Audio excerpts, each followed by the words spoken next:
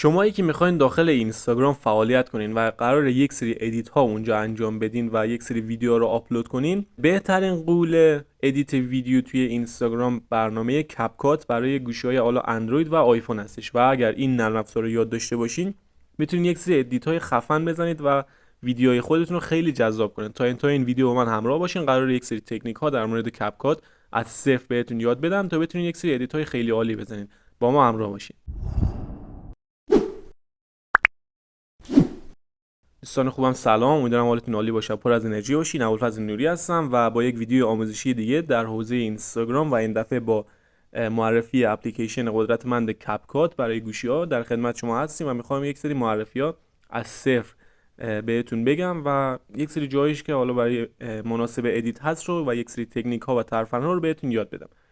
خب ابتدا ما نیاز داریم که این نرم افزار رو نسخه پروشو داشته باشین. اگر آیفون هستین که خب از همون نسخه پولیش باید استفاده کنین و چاره‌ای ندارین، اما اگر اندروید هستین حتما نسخه پرو یا مود شده یا همون نسخه پریمیومش رو از داخل گوگل دانلود کنین. اگر از داخل پلی استور دانلود کنین که خب بهتون گیر میده، ولی خب منظور این که حالا یک سری جاها رو نمیتونین اوکی کنید، ولی اگر از داخل خود گوگل دانلود کنین و حتما سرچ کنین نسخه پرو براتون میاره. مثلا من اینجا نوشتم دانلود کپکات پرو، همین دو تا سایت اول از همه بهتره. خب فارس روید که مخصوص کلا اپلیکیشن های نسخه مود شده اپلیکیشن های اندروید هستش و حالا صاف 98 هم که مخصوص سیستم و کامپیوتر هستش و شما هر کدوم که خواستین رو میتونین وارد بشین و اونو دانلود کنین.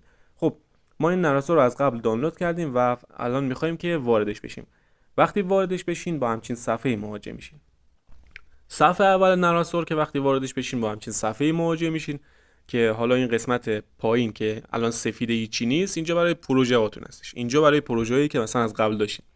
اما فعلا وقتی حالا جدید وارد نرم افزار میشین و تازه نرم افزار رو دانلود کردین، همچین صفحه‌ای دارین. خب پیشنهاد میکنم حتما یک اکانت برای خودتون بسازین. چجوری اکانت بسازیم؟ از این قسمت بالا، این حالا علامت آدمک رو اگه روش کلیک کنین میتونین از طریق حالا مثلا ایمیل خودتون یا نمیدونم اکانت فیسبوک اگه دارین وارد بشین و حالا احتمالاً از طریق گوگل و فیسبوک که بخواین وارد بشین بهتون ارور میده. اینجا این گزینه وسطی ساین این از حالا ساین این وید ایمیل رو اگه روش کلیک کنین و ایمیلی که دارین رو واردش کنین، رمزش هم بزنید، براتون میاره. الان من با اون اکانتی که حالا خودم قبلا ساخته بودم حالا وارد شدم و اینجا اون اکانتی که دارم بهتره، مثلا یک سری قابلیت‌های بیشتری بهتون ارائه میده. مثلا میتونید یک سری موزیک هایی که شما ازشون خوشتون میاد رو مثلا سیوش کنین توی همین اکانتتون و مثلا دفعه بعد که میان همون آهنگ رو میتونین توی قسمت سیو شده ها ببینید. یا نمیدونم خیلی از تنظیمات دیگه، یک سری افکت ها و اینا رو سیو کنید که داشته باشین.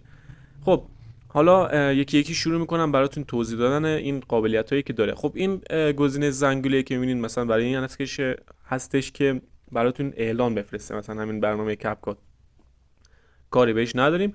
گزینه بعدی تنظیمات هستش که اگه واردش بشین میتونین یک سری از تنظیماتش رو مثلا عوض کنین. اگر خواستین زبانش رو عوض کنین، مثلا از انگلیسی میذارین روی فارسی و نمیدونم حالا یک سری چیزای دیگه که میتونین ازش استفاده کنین. مثلا یک گزینه کاربردی هست اینجا، این گزینه کلیر کش یا پاک کردن حافظه موقت، اگه فارسیشو اشتباه نگم این هستش. وقتی روش کلیک کنین مثلا کش این داخل حالا برنامه کپکات که یک برنامه نسبتا سنگینی است برای اندروید، اگر اینو بزنید کشش کامل پاک میشه و اگر گوشیتون وقتی دارین با کپکات کار میکنین هنگ کرد، این گزینه رو که بزنید دیگه هنگیش برطرف میشه. پیشنهاد میکنم مثلا هر نیم ساعتی که دارین باهاش ادیت میزنین این گزینه رو بزنید تا اون کشش کامل پاک بشه و حالا مشکلی براتون پیش نیاد. خب برمیگردیم عقب. این از بخش تنظیمات. فعلا توی این جلسه حالا چون در حد معرفی هستش، فقط این گزینه‌هایی که این صفحه اول هستش رو بهتون معرفی میکنم.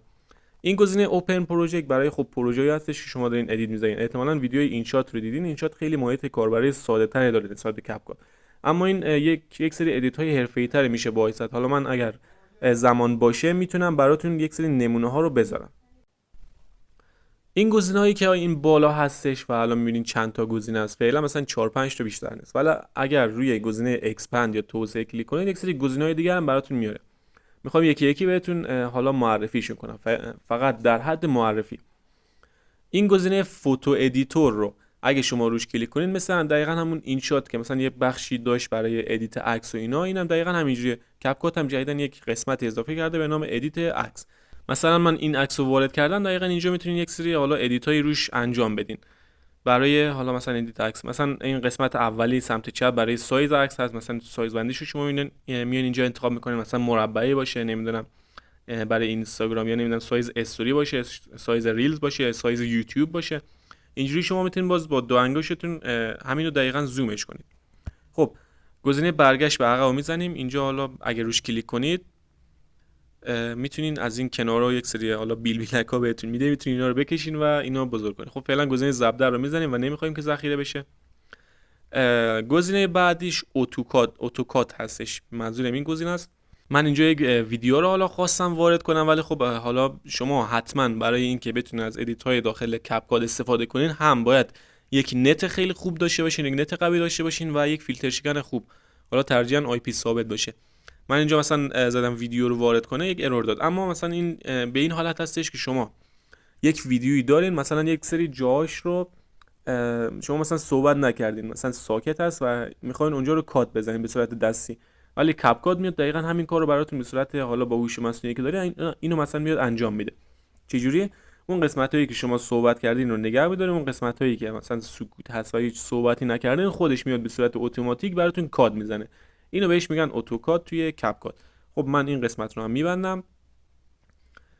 گزینه بعدی گزینه پروداکت فوتوز هستش که اگر روش کلیک کنید، مثلا من دوباره همین عکس رو وارد کردم. خب اینجا باز یک سری گزینه‌های این پایین براتون وارد، گزینه اد مثلا یک عکس دیگه میتونید وارد کنید، ریپلیس میتونید جایگزین کنید، کراپ مثلا حالا میتونید سایزش تغییر بدین و یک گزینه داره این پایین به نام ریموو بک‌گراند.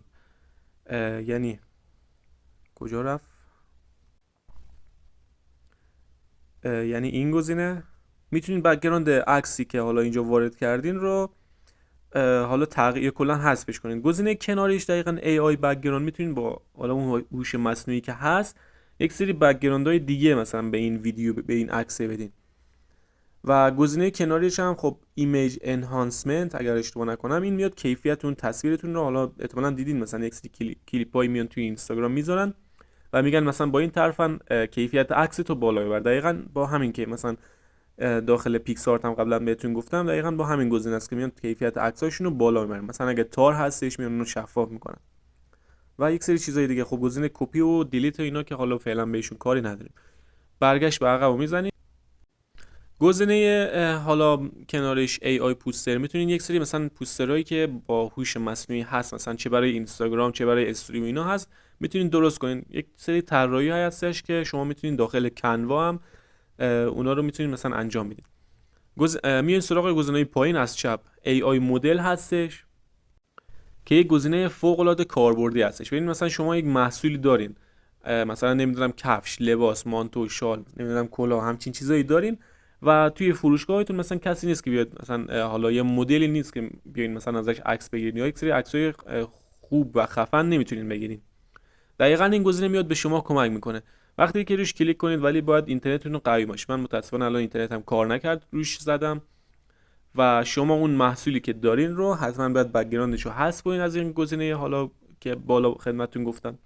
بک‌گراندش رو که حذف کردین، اون حالا محصول مثلا پیراهن چیزی که دارین به این بخش میدین، خودش میاد بر اساس یک سری مدل هایی که میتونه با هوش مصنوعی طراحی کنه اون لباس رو به تن اون مدل کنه و خیلی خفن هستش، میتونید حتما ازش استفاده کنید. گزینه کنارش هم که خب کامرا یا همون دوربین هستش.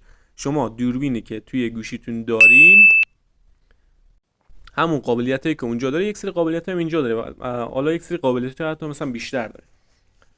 حتی مثلا بعضی موقع میتونید کیفیت ویدیوتون رو، کیفیت فیلم برداریتون رو با این گزینه کامرا میتونید بالاتر ببرید. یا مثلا برای فقط استوری میخواین ویدیو بگیرین، مثلا 15 ثانیه میتونید با همین گزینه چند تا شات یا چند تا ویدیو مختلف بگیرید. گزینه بعد از کامرا ریتاچ هستش. گزینه ریتاچ میاد چیکار میکنه؟ دقیقاً مثل پیکسارت که میومد عکس رو حالا حالت مثلا با کیفیتش میکرد و مثلا حالا یک سری میکاپ روش انجام میداد، اینجا هم دقیقاً همون کارو میاد انجام میده براتون. حالا بعضا میتونین ویدیو هم بهش بدین و ریتاچ رو روی ویدیوتون اعمال کنه. گزینه بعد از ریتاچ که خیلی خفن و کاربردی هم هستش، گزینه اوتو کپشنز هستش. کاربرد گزینه اوتو کپشنز اینه که شما یک سری ویدیوهایی که دارین میتونید مثلا زیرنویس رو به صورت دستی براش وارد کنی، اما اینجا میاد به صورت اتوماتیک این کار رو برات انجام میده. حالا احتمالاً مثلا یک سری ویدیو هم توی اینستاگرام دیدین که مثلا اون متن داره میره و خیلی‌ها میان آموزشش رو میذارن، دقیقاً با همین برنامه کپکاد میشه مثلا اونو درست کرد. صدام یه ذره گرفت. میتونید اونو درستش کنید، اما فعلا برای زبان فارسی نیومده و شما میتونید مثلا از برنامه کپشنز توی آیفون استفاده کنید یا حتی سایت کپشن که حالا پولی هم هستش. ولی اینجا مثلا اگر این ویدیوتون زبان انگلیسی هست، مثلا برای یه پیج خارجی گرفتین یا نمیدونم برای یوتیوب میخواین تولید محتوا کنین، یوتیوب خارجی، میتونید از این گزینه استفاده کنید. گزینه بعدی تمپلیتور هستش که شما میتونید وقتی روش کلیک کنین یک سری تمپلیت ها بهتون میده. وقتی شما یک سری عکس یا ویدیو به این قسمت بدین، منظورم حالا این قسمت هستش، وقتی یک سری عکس و ویدیو بهش بدین، این میاد یک سری حالا ویدیو با استفاده از اون چیزی که داره براتون میسازه و یک حالا استوری موشن که نه، مثلا یک ویدیوی خفن میتونه بهتون تحویل بده. بعد از گزینه تمپلیتور میرسیم به قسمت ریموو بک‌گراند. خب همون قسمت فوتو ادیتور هم بود. مثلا یک سری عکس شما دارین، به این قسمت که بدین میاد بک‌گراند اون عکستون رو حذف میکنه. گزینه کناریش هم همین دقیقاً که همون ایمیج اینهانسمنت، کیفیت عکس رو میاد افزایش میده یا کیفیتش رو بالا میبره کلا. این یک سری کلیت بود در مورد برنامه کپکاد. به خاطر اینکه ویدیو طولانی نشه، من آموزش کامل کپکاد رو توی ویدیوهای بعدی براتون میذارم و قراره یک سری تکنیک‌ها و ترفندها هم بهتون یاد بدم که بتونین ادیت‌های خیلی خوب با گوشیتون بزنید. ممنون که تا اینجای ویدیو با ما همراه بودین. اگر خوشتون میاد از ویدیو حتما کانال رو سابسکرایب کنین و اون زنگوله بغلش هم بزنید و قراره کلی اطلاعات و ویدیوهای عالی براتون بسازم. فعلا خدا نگهدارتون.